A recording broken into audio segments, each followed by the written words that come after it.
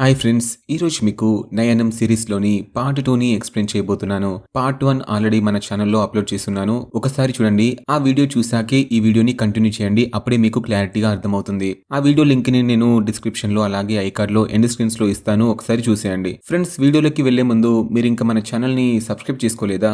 వెంటనే చేసుకోండి. అప్పుడే మీకు మంచి మంచి మూవీస్ నేను ఇస్తాను కదా. సో లేట్ చేయకుండా మనం స్టోరీలోకి వెళ్ళిపోదాం. పార్ట్ 1లో మనం ఎక్కడ ఆగిపోయాం? పోలీస్ వాళ్ళకి ఒక చెరువు దగ్గర గౌరీశంకర్ బట్టలు అలాగే తాగుబోతు దగ్గర గౌరీశంకర్ పర్స్ కూడా దొరికింది కదా. సో వాటిని తీసుకెళ్లి పోలీస్ వాళ్ళు మాధవి దగ్గరికి వచ్చి చూపిస్తారు. మాధవి కూడా ఇవి నా హస్బెండ్ వే అని చెప్పేసి గుర్తుపట్టి డ్రామా స్టార్ట్ చేస్తుంది కదా. ఆ తర్వాత ఏం జరిగిందో ఇప్పుడు చూద్దాం. అదే రోజు రాత్రి మాధవి ఎవరికి తెలియకుండా ఆ అన్నోన్ పర్సన్ దగ్గరికి వెళ్లి తనతో సీక్రెట్ గా మాట్లాడుతుంది. పోలీస్ వాళ్ళకి మన మీద అనుమానం వచ్చేలా ఉంది. వెంటనే మనం ఆ డాక్టర్ గారిని ఈ కేసులో ఇరికించాలి. కానీ వాడేమో తన అపార్ట్మెంట్ లో లేడు. ఎలాగైనా వాడిని వెతికి పట్టుకొని ఇరికించాలని ప్లాన్ చేస్తారు. ఆ తర్వాత పోలీస్ వాళ్ళు ఆ క్లినిక్ దగ్గరికి వచ్చి నయన్ గురించి ఎంక్వైరీ చేస్తుంటారు. కానీ వాడేమో ఎక్కడా కనిపించడు. వాడి క్లినిక్ కూడా క్లోజ్ చేసి ఉండడం గమనించి వెంటనే ఫోన్ ట్రై చేసి చూస్తారు. కానీ స్విచ్ ఆఫ్ వస్తుంది. అప్పుడే ఇన్స్పెక్టర్ కి ఒక పిల్లవాడు కనిపిస్తాడు. ఆ పిల్లాడిని పట్టుకొని ఈ క్లినిక్ గురించి నీకేమైనా తెలుసారా అబ్బాయి అని అడిగితే, అవును సార్, నాకు బాగా తెలుసు. రోజు ఉదయాన్నే బోస్ అన్న వచ్చి షటర్ ఓపెన్ చేసి పెడతాడని చెప్తాడు. అవునారా? ఆ బోస్ ఎక్కడ ఉంటాడో చెప్తావా, చూపిస్తావా అని అడిగితే వెంటనే ఆ పిల్లవాడు అడ్రస్ అయితే చూపిస్తాడు. పోలీస్ వాళ్ళు బోస్ గాడిని పట్టుకొని నయన్ గురించి అడుగుతారు. బోస్ అంటాడు, సార్ మా సార్ గారు క్లినిక్ ని ఎప్పుడో మూసేశారు. 7 days అవుతుంది. అలాగే ఆ క్లినిక్ లోపల ఇంకొక సీక్రెట్ రూమ్ డోర్ ఉంది. అది మాకు కూడా సరిగా తెలియదు. మా సార్ అక్కడే ఉంటారు. ఏం చేస్తారో కూడా మాకు తెలియదు. కానీ ఎప్పుడు చూసినా చాలా టెన్షన్ గా కనిపిస్తాడు. ఖచ్చితంగా ఆ సీక్రెట్ రూమ్ లో మా సార్ ఏదో చేస్తున్నాడని చెప్తాడు. బోస్ పోలీస్ వాళ్ళకి నయన్ అపార్ట్మెంట్ కూడా చూపిస్తాడు. వాచ్మెన్ అంటాడు, అయ్యో సార్, మా సార్ నిన్నే తన కార్ తీసుకుని వెళ్లిపోయారు. ఎక్కడికి వెళ్లారో చెప్పలేదంటాడు. మరొక వైపు మాధవి అన్నోన్ పర్సన్ కి కాల్ చేసి మనం డెడ్ బాడీని షిఫ్ట్ చేసే టైం వచ్చేసిందని చెప్తుంది. ఇటువైపు ఇన్స్పెక్టర్ కి అసలేమీ అర్థం కాదు. అసలు ఈ కేసులో డాక్టర్ ఎలా ఇన్వాల్వ్ అయ్యాడో వాళ్ళకి అర్థం కాదు. అలాగే హెల్ప్ చేస్తుంది కూడా డాక్టరే అని కూడా వాళ్ళకి డౌట్ వస్తుంది. సో ఇప్పుడు కనీసం డాక్టర్ అయినా లేదా డెడ్ బాడీ అయినా దొరకాలని చాలా గట్టిగా అనుకుంటాడు. అదే రోజు రాత్రి మాధవి ఇంకా ఆ అన్నోన్ పర్సన్ ఒక పెద్ద బాక్స్ లో గౌరీశంకర్ బాడీని నయన్ క్లినిక్ దగ్గరికి తెస్తారు. వీళ్ళిద్దరూ వెనకదారి నుంచి వచ్చి సీక్రెట్ రూమ్ లోకి వెళ్లి ఆ డెడ్ బాడీని ఫ్రీజర్ లో పెడతారు. ఎందుకంటే వీళ్ళిద్దరూ ఈ కేసులో నయన్ ని ఇరికించాలని అనుకున్నారు కదా. ఆ తర్వాత అన్నోన్ పర్సన్ పోలీసులకి కాల్ చేసి, సార్, నయన్ క్లినిక్ లో ఒక డెడ్ బాడీ ఉందని చెప్తారు. వెంటనే పోలీస్ వాళ్ళు ఆ క్లినిక్ కి వస్తుంటారు. ఇక మాధవి వాళ్ళు డెడ్ బాడీని ఫ్రీజర్ లో పెట్టేసి వాళ్ళు వెంట తెచ్చుకున్న బాక్స్ ని తీసుకుని వెళ్లిపోతుంటారు. బట్ మాధవి క్లినిక్ లో ఫోన్ మర్చిపోయి ఉంటుంది. ఫోన్ తీసుకోవడానికి క్లినిక్ కి వెళ్ళినప్పుడు ఎవరో వచ్చిన సౌండ్ వినిపిస్తుంది. ఇక వచ్చింది ఎవరో కాదు, మన నయన్ గాడే. అదే మూవీ స్టార్టింగ్ లో ఒకడు మాస్క్ వేసుకుని క్లినిక్ కి వస్తాడు కదా, అది ఎవరో కాదు, మన హీరోనే. వాడు ఎలాగో వేరే ప్లేస్ కి వెళ్దాం అనుకున్నాడు కాబట్టి అలా ఎవరికి కనిపించకుండా మాస్క్ పెట్టుకుని అతని వస్తువులన్నీ ప్యాక్ చేసుకుని వెళ్లిపోదాం అనుకుంటాడు. నయన్ అక్కడ ఉండడం వల్ల వీళ్ళిద్దరూ అక్కడే దాక్కుంటారు. బట్ అనుకోకుండా నయన్ ఫ్రీజర్ ఓపెన్ చేసి చూస్తే అందులో షాకింగ్ గా గౌరీశంకర్ డెడ్ బాడీ ఉంటుంది. ఇక వాళ్ళకి ఏం చేయాలో తెలియక వెనక నుంచి వచ్చి ఒక రాడ్ తో నయన్ తల మీద గట్టిగా అన్కాన్షియస్ లోకి వెళ్లేలా చేస్తారు. అలా నయన్ కింద పడిపోగానే వాళ్ళిద్దరూ ఎస్కేప్ అవ్వాలని చూస్తారు. కానీ నయన్ ఏమో డోర్ ముందే లాక్ చేస్తాడు. అప్పుడే పోలీస్ వాళ్ళు కూడా వచ్చేసి క్లినిక్ బయట షట్టర్ కొడుతూ ఉంటారు. అది చూసి మాధవి ఇంకా ఆ మాస్క్ పర్సన్ నయన్ ని లేపుతారు. ఇక్కడ మనకి మైండ్ బ్లాక్ అయ్యే ట్విస్ట్ ఏంటంటే ఆ మాస్క్ వేసుకున్న పర్సన్ అబ్బాయి కాదు, అమ్మాయి. ఆ అమ్మాయి ఎవరో కాదు, మన కవితనే. ఆ మాస్క్ మ్యాన్ కవిత అని తెలియగానే మనడు చాలా షాక్ అవుతాడు.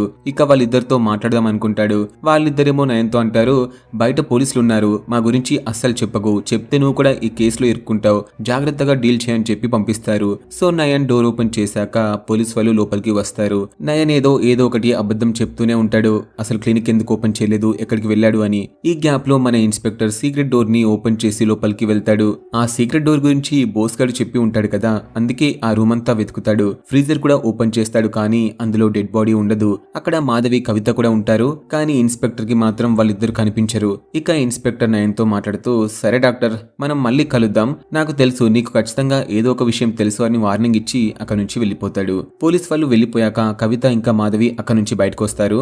అంటే అక్కడెక్కడో మూలకి దాక్కొని డెడ్ బాడీని కూడా దాచేసి ఉంటారు. నయన్ అడుగుతూ, గౌరీశంకర్ చాలా మంచివాడు కదా, అలాంటి వాడిని మీరు ఎందుకు చంపారని అడిగితే మాధవి అంటుంది, అది మా పర్సనల్ మ్యాటర్ రాబాయ్, నీకెందుకు చెప్పాలి, అయినా మా గురించి నీకెలా తెలిసింది అని అడిగితే కవిత కూడా అంటుంది, సార్ మీకు ఎలాగో తెలిసింది కదా సార్, ప్లీజ్ చెప్పండి, మేము కూడా ఈ డెడ్ బాడీని తీసుకుని ఇక నుంచి వెళ్ళిపోతాం, మేమిద్దరం హ్యాపీగా బ్రతుకుతామని చెప్తాడు. కానీ నయనేమో అసలు వినిపించుకోడు. మీరు ముందు చెప్పండి అమ్మా, మీరు గౌరీశంకర్ ని ఎందుకు చంపారు అని. అలా వాళ్ళ ముగ్గురి మధ్య గొడవైతే స్టార్ట్ అవుతుంది. వెంటనే మన నయన్ గడు ఏం చేస్తాడో తెలుసా, వెంటనే అక్కడ పొగ పెట్టేసి ఆ పొగలో నుంచి తప్పించుకుంటాడు. అలా నయన్ పారిపోతాడో లేదో అదే పొగలో నుంచి మాధవి ఇంకా కవితకి ఆ పోలీస్ గాడు కనిపిస్తాడు.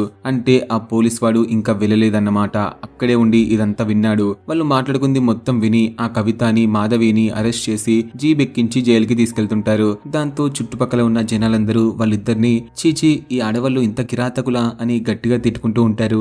ఇక నయన్ అక్కడి నుంచి బయటికి వచ్చి అసలు ఈ మాధవికి ఆ కవితకి ఉన్న లింక్ ఏంటో తెలుసుకోవాలని గట్టిగా ఫిక్స్ అవుతాడు.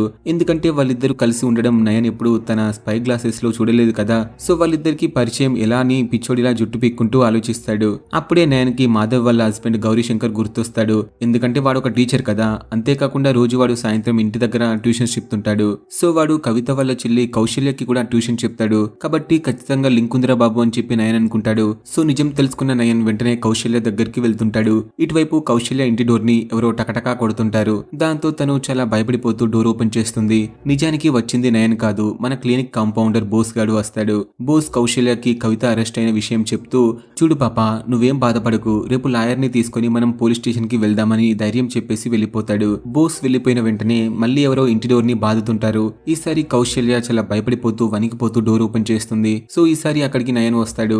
నయన్ ని చూడగానే తన భయం ఇంకా డబుల్ అవుతుంది. ఎందుకంటే తను నయన్ ని ఇంతకు ముందు ఎక్కువగా చూడలేదు కదా. సో ఇప్పుడు అతను సడన్ గా స్ట్రేంజర్ గా వచ్చాడు కాబట్టి ఒక ఆడపిల్లగా తనకి భయం వేస్తుంది. తను అలా భయపడడం చూసి నయన్ తనతో కూల్ గా మాట్లాడుతూ, చూడమ్మా పాప నువ్వు భయపడాల్సిన అవసరం ఏమీ లేదు, నేను నిన్నేమీ చేయనమ్మా, జస్ట్ కొన్ని విషయాలు అడగడానికి వచ్చానని చెప్పి కూల్ చేస్తాడు. అది వినగానే కౌశల్య కొంచెం ఫ్రీ అవుతూ నయన్ అడిగిన వాటికి సమాధానం ఇస్తుంది. సేమ్ ఇదే టైంకి ఇన్స్పెక్టర్ కూడా పోలీస్ స్టేషన్ లో మాధవిని ఇవే క్వశ్చన్స్ అడుగుతాడు. చూడు మాధవి, నీకు కవితకి ఎలా పరిచయం అని అడిగితే, సార్ కవిత కూడా నేనుంటున్న బస్తీలోనే ఉంటుంది, సో అలా మా ఇద్దరికి పరిచయం, ఎక్కడికి వెళ్ళినా కూడా మేమిద్దరం కలిసే వెళ్తామని కవర్ డ్రైవ్ వేస్తుంది. అవునా, మరి అంత నైట్ టైంలో క్లినిక్ లో మీరిద్దరు ఏం పీకుతున్నారు అని ఇన్స్పెక్టర్ గట్టిగా అడిగితే మాధవి ఏం చెప్పలేక సైలెంట్ అయిపోతుంది. అప్పుడు కవిత మాట్లాడుతూ, సార్ నాకు క్లినిక్ లో అర్జెంట్ గా పని ఉండి వెళ్ళాను, అలాగే నాకు తోడుగా మాధవిని కూడా తీసుకెళ్లానని చెప్తుంది. అవునా, అయితే ఇద్దరు కలిసి మర్డర్ చేసి బాడీని ఎక్కడ దాచిపెట్టారు అని డైరెక్ట్ గా అడిగితే కవిత అంటుంది, సార్ మీరేం మర్డర్ గురించి మాట్లాడుతున్నారో నాకు అర్థం కావట్లేదు అని అమాయకంగా ఫేస్ పెడుతుంది. అవునా తల్లి, అయితే ఈ మర్డర్ వెపన్ గురించి మీకేమైనా తెలుసా, ఇలాంటిది ఎక్కడైనా చూసారా అని మర్డర్ వెపన్ ని చూపిస్తూ అడిగితే, అవును సార్, ఇలాంటి అట్లగాడ ప్రతి ఇంట్లో ఉంటుంది కదా, అలాగే మా ఇంట్లో కూడా ఉందని చెప్తుంది. అవునా, అయితే ఇది మర్డర్ వెపన్ కాదన్నమాట అని ఇన్స్పెక్టర్ వెటకారంగా అంటే, అదేంటి సార్ అలా మాట్లాడుతున్నారు, మా ఆయన మిస్సింగ్ కేసు మర్డర్ కేసు ఎప్పుడైంది అని మాధవి అడిగితే, అయ్యయ్యో నేను చెప్తుంది మీ ఆయన గురించి అని నేనెప్పుడు చెప్పానమ్మా, సర్లే ఏదో ఒకటి, మీ ఆయన గురించి నాకు తెలుసుకోవాలని ఉంది, అసలు నిజం చెప్పు అని గట్టిగా అడుగుతాడు. అప్పుడే మాధవి అసలు నిజాన్ని కక్కుతుంది.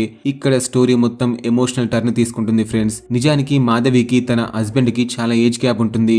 బయట జనాలకి వాళ్ళిద్దరూ ప్రేమించి పెళ్లి చేసుకున్నారని మాధవి తరపున బంధువులు కూడా చెప్తారు. కానీ నిజానికి వాళ్ళిద్దరూ ప్రేమించి పెళ్లి చేసుకోలేదు. యాక్చువల్ గా వాడు మాధవికి ట్యూషన్ టీచర్, రోజు ట్యూషన్ చెప్తుండేవాడు. అలా వాడు రోజు మాధవి వంక కామంతో చూస్తూ తన్ని పిచ్చి పట్టినట్టు చూస్తుంటాడు. అలా రోజు తనకి మత్తు మందు కలిపిన చాక్లెట్స్ ఇచ్చి ఆ అమ్మాయిని రేప్ చేస్తాడు. అలా వాడు ప్రతిరోజు మాధవికి అలాగే చాక్లెట్స్ ఇస్తూ అలా బుక్ చేస్తాడు. సో వాడు తన్ని సెక్సువల్ గా మెంటల్ గా నరకం చూపిస్తాడు. రోజు వాడు మ్యాథ్స్ నేర్పిస్తానని దగ్గరవుతాడు. అలా మాధవిని చాలా వాడుకుంటాడు. అలా ఒక రోజు మాధవి వాళ్ళ అమ్మకి హెల్త్ బాగోలేక పని నుండి త్వరగా ఇంటికి వచ్చేస్తుంది. రాగానే తన కూతురు ఆ కామాంధుడి చేతిలో నలిగిపోవడం చూసి తను తట్టుకోలేకపోతుంది. వెంటనే అక్కడే ఉన్న మాస్టర్ ని పట్టుకుని చాలా కొడుతూ, చదువు చెప్పమంటే పాడు చేసావు కదరా ఎదవా అని చెప్పేసి చాలా ఏడుస్తుంది.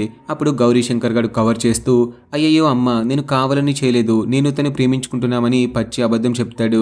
దాంతో తనకి ఇంకా కోపం వచ్చి వాడిని ఇంటి నుంచి గెంటేస్తుంది. అలా కొన్ని వారాల తర్వాత మళ్ళీ ఆ మాస్టర్ గాడిని ఇంటికి పిలిపించి నా కూతుర్ని పెళ్లి చేసుకోమని గట్టిగా అరుస్తుంది. ఎందుకంటే అప్పటికే మాధవి ప్రెగ్నెంట్ గా ఉంటుంది. సో వాళ్ళమ్మకి ఏం చేయాలో అర్థం కాదు. అలాగే ఉంటే పరిగిపోతుందని ఇక ఆ దుర్మార్గుడికి ఇచ్చి పెళ్లి చేద్దాం అనుకుంటుంది. అది వినగానే మాధవికి చాలా కోపం వచ్చేస్తుంది. అలాగే చాలా ఏడుస్తుంది. అమ్మ నాకు వాడితో పెళ్ళొద్దమ్మా, నేను చదువుకోవాలి, జాబ్ చేయాలి, నేను ఇంకా పై స్థాయిలో ఉండాలి అని చాలా ఏడుస్తుంది. దానితో వాళ్ళమ్మకి చాలా కోపం వచ్చి తన్ని ఒక్కటి పీకి ఇష్టం లేకపోయినా కూడా వాడితో పెళ్లి చేస్తుంది. నిజానికి తను ఎందుకు పెళ్లి చేసింది, తనకి వాడి కారణంగా కడుపు వచ్చిందని కదా. కానీ వాడు పెళ్ళైన తర్వాత తనకి చాలా సార్లు మత్తుమంది ఇచ్చి అలా చేయడం వల్ల తనకి అబార్షన్ అవుతుంది. అలా కొన్ని సంవత్సరాల తర్వాత తను మళ్ళీ ప్రెగ్నెంట్ అవుతుంది. దాంతో తను చాలా హ్యాపీగా ఫీల్ అవుతూ వాడి దగ్గరికి వెళ్ళి నేను మళ్ళీ ప్రెగ్నెంట్ అయ్యానని చెప్తుంది. దాంతో వాడు మళ్ళీ కామంతో చూస్తాడు. ఈసారి వాడు మళ్ళీ బలవంతంగా అబార్షన్ చేయిస్తాడు. చేస్తాడు. ఎందుకంటే తను చూడ్డానికి చాలా అందంగా ఉంటుంది. ఇప్పుడు తనకి పిల్లలు పుడితే తన అందం పోతుంది కదా, తన అందం పోతే వాడి సుఖం కూడా పోతుంది కాబట్టి మళ్ళీ అబార్షన్ చేపిస్తాడు. అలా తను ఎన్నిసార్లు ప్రెగ్నెంట్ అయినా కూడా వాడు అలాగే చేయిస్తాడు. వాడు మనిషి కాదు, పశువు అన్నట్టు. ఇకపోతే వాడు కౌశల్యకి కూడా రోజు సాయంత్రం ట్యూషన్ చెప్పడానికి తన ఇంటికి వెళ్తాడు. ఆ టైంలో కవిత క్లినిక్ లో ఉంటుంది కాబట్టి వాడు కౌశల్య దగ్గరికి వచ్చి సేమ్ మాధవికి ఇచ్చినట్టుగానే చాక్లెట్ ని ఇచ్చి తను కాన్షియస్ లో లేనప్పుడు తనని రేప్ చేస్తాడు. అలా వాడు ప్రతిరోజు వచ్చి తనకి చాక్లెట్ తినిపించి తనని పాడు చేసి వెళ్ళిపోతాడు. సో తనకి జరిగిన అన్యాయాన్ని ఆ చిన్న పిల్ల ఎవరికీ చెప్పుకోదు. తనలో తానే కుమిలిపోతూ ఉంటుంది. వాడు అలా చేయడమే కాకుండా రాక్షసుడిలాగా ఎక్కడ పడితే అక్కడ గీరుతాడు. అవి కూడా వాళ్ళ అక్కకి చూపించుకోదు. ఒక రోజు వాళ్ళ అక్క చూస్తుంది, బట్ నాకు దెబ్బ తగిలిందని చెప్పేసి కవర్ చేస్తుంది. అలా ఒక రోజు వాడు మళ్ళీ తన ఇంటికి వచ్చి డోర్ కొడుతూ ఉంటాడు. ఈసారి తను డోర్ ఓపెన్ చేయదు. వాడికి లొంగిపోవడం కంటే చచ్చిపోవడం బెటర్ అనుకుని సూసైడ్ చేసుకోవడానికి ట్రై చేస్తుంది. ఇక మాస్టర్ గాడు ఎలాగోలా లోపలికి వచ్చి కౌశల్యాన్ని వాళ్ళ ఇంటికి తీసుకెళ్లిపోతాడు. కాసేపటి తర్వాత కవిత వచ్చి చూస్తే తన చెల్లి ఇంట్లో కనిపించదు, కానీ బ్లడ్ కనిపిస్తుంది. దాంతో తను చాలా భయపడిపోతుంది ఏమైందో అని. అప్పుడే మాధవి కాల్ చేసి మీ అమ్మాయి మా ఇంటి దగ్గర ఉంది అని చెప్తుంది. నిజం తెలుసుకున్న కవిత పరిగెత్తుకుంటూ వచ్చి వాడికి థ్యాంక్స్ చెప్పి కౌశల్యాన్ని తీసుకుని వెళ్ళిపోతుంది. ఎందుకంటే వాడే వచ్చి ట్రీట్మెంట్ ఇచ్చాడని తను అనుకుంటుంది కాబట్టి వాడికి థ్యాంక్స్ చెప్తుంది. ఇక మాధవికి కూడా వాడి గురించి మొత్తం అర్థమైపోతుంది. ఎందుకంటే రోజు వాడు వేసుకునే పాయింట్లో చాలా చాక్లెట్స్ ఉంటాయి. సో వాడు మాధవిని కౌశల్యాన్ని కాకుండా ఇంకా చాలా మంది చిన్నపిల్లల్ని అలాగే చేస్తున్నాడని తనకి అర్థమవుతుంది. వెంటనే కవిత ఇంట్లో లేనప్పుడు మాధవి కౌశల్యాన్ని కలిసి హాస్పిటల్ కి తీసుకెళ్లి చెక్ చేపిస్తుంది. ఇక మాధవి మెడికల్ రిపోర్ట్స్ అన్ని కవితకి చూపిస్తుంది. కవిత ట్యూషన్ మాస్టర్ అలా చేశాడంటే అసలు నమ్మదు. వెంటనే తన చెల్లి దగ్గరికి వెళ్లి అడిగితే అప్పుడు తను జరిగింది మొత్తం ఏడుస్తూ వాళ్ళ అక్కతో చెప్తుంది. నిజం తెలుసుకున్న కవిత గుండె పగిలేలా చాలా ఏడుస్తుంది. ఆ ట్యూషన్ మాస్టర్ అలా చేయడమే కాకుండా అమ్మాయిల వీడియోలు కూడా తీస్తాడని కౌశల్య చెప్తుంది.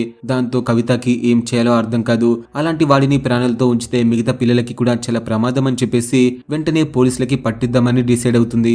కానీ మాధవి మాత్రం అస్సలు ఒప్పుకోదు. అలాంటి వాడు జైలుకి వెళ్తే మళ్ళీ ఈజీగా బయటకు వస్తాడు. వాడిని జైల్లో పెట్టి మేపడం కంటే లేపడం చాలా బెటర్ కదా. వాడు నాకు భర్త అని అస్సలు ఆలోచించకు, ఎందుకంటే నేను కూడా ఒక విక్టిమ్ అని చెప్తుంది. అది వినగానే కవితకి కూడా ధైర్యం వచ్చి వాడిని చంపడానికి ఒప్పుకుంటుంది. సో ఇద్దరు కలిసి వాడిని చంపడానికి ప్లాన్ వేస్తారు. ఇక వాడిని చంపే రోజు రానే వస్తుంది. వాడు అరకు వెళ్ళడానికి జాలీగా బట్టలు సదురుకుంటూ ఉంటాడు. వెంటనే మాధవి రోకల్ బండ తీసుకెళ్లి కవితకి ఇచ్చి చంపేమని చెప్తుంది. కవిత రోకల్ బండని తీసుకెళ్లి వాడి నెత్తి పగలగొడుతుంది. అయినా కూడా ఆ రాక్షసుడు చనిపోడు. వెంటనే కవిత మీద తిరిగి అటాక్ చేస్తాడు. ఇక మాధవి తను స్పెషల్ గా తయారు చేయించుకున్న ఆ షార్ప్ అట్లకాడ తీసుకుని వచ్చి వాడి కడుపులో దింపి చంపేస్తుంది. కవిత ఏమో వాడు అరవకుండా గుడ్డ కట్టి నోరు మూస్తుంది. అప్పుడు మనకి ఒక స్కెచ్ చూపిస్తారు. ఆ స్కెచ్ లో పక్షులు పంజరంలో నుంచి ఫ్రీడమ్ వచ్చినట్టు ఎగిరిపోతుంటాయి. ఆ స్కెచ్ ని గీసింది కూడా ఎవరో కాదు, మాధవినే. సో దాని అర్థం మీకు తెలిసే ఉంటుంది, వాళ్ళకి ఫ్రీడమ్ వచ్చేసింది అని. కానీ వాడు చనిపోయినా కూడా అలాంటి కామాంధులు ఇంకా ఉన్నారని మనందరికీ తెలుసు. సర్లే, ఇక అదే ఇంట్లో ఉన్న కౌశల్య వాడు చచ్చిన మోహాన్ని చూసి హ్యాపీగా నవ్వుకుంటూ అక్కడి నుంచి వెళ్ళిపోతుంది. ఆ తర్వాత ముగ్గురు కలిసి డెడ్ బాడీని ఒక బాక్స్ లో పెట్టి తీసుకెళ్తుంటారు. అప్పుడు ఇద్దరు కానిస్టేబుల్స్ రౌండ్స్ కి వచ్చినప్పుడు బాక్స్ లో ఏముంది అని అడిగితే పాత సామాన్లు ఉన్నాయి సార్, బయటకు తీసుకెళ్తున్నామని చెప్తారు. వాళ్ళు చెప్తుంది నిజమే అనుకుని పోలీస్ వాళ్ళు చెక్ చేయకుండా అక్కడి నుంచి వెళ్ళిపోతారు. చెక్ చేస్తే అప్పుడే దొరికేవాళ్ళు కదా. ఆ తర్వాత మాధవి ఆ డెడ్ బాడీని తీసుకెళ్లి కవిత వాళ్ళ ఫ్రిడ్జ్ లో పెడుతుంది.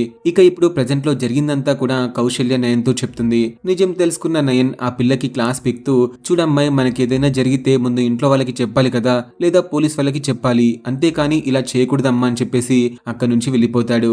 ఇక ఇంటరాగేషన్ రూమ్ లో ఉన్న మాధవి ఇప్పుడు జరిగిందంతా కూడా ఇన్స్పెక్టర్ తో చెప్పదు. జస్ట్ వాళ్ళ పేరెంట్స్ బలవంతంగా పెళ్లి చేసిన విషయం మాత్రమే చెప్తుంది. సో హత్య చేసిన విషయం మాత్రం దాచిపెడుతుంది. ఇక ఇన్స్పెక్టర్ కి అసలు ఏం జరుగుతుందో అర్థం కాక బుర్ర పాడైపోతుంది. అసలు నీకు ఆ డాక్టర్ గారికి ఏంటమ్మా సంబంధం అని అడిగితే నేను నా ఐస్ చెకప్ చేయించుకోవడానికి మాత్రమే డాక్టర్ దగ్గరికి వెళ్ళానని చెప్తుంది. అదంతా నాకు తెలియదమ్మా, అర్జెంట్ గా నేను డాక్టర్ గారితో మాట్లాడాలి, వెంటనే వెళ్లి ఆ నయన్ గారిని తీసుకొని రమ్మని కానిస్టేబుల్ తో చెప్తాడు.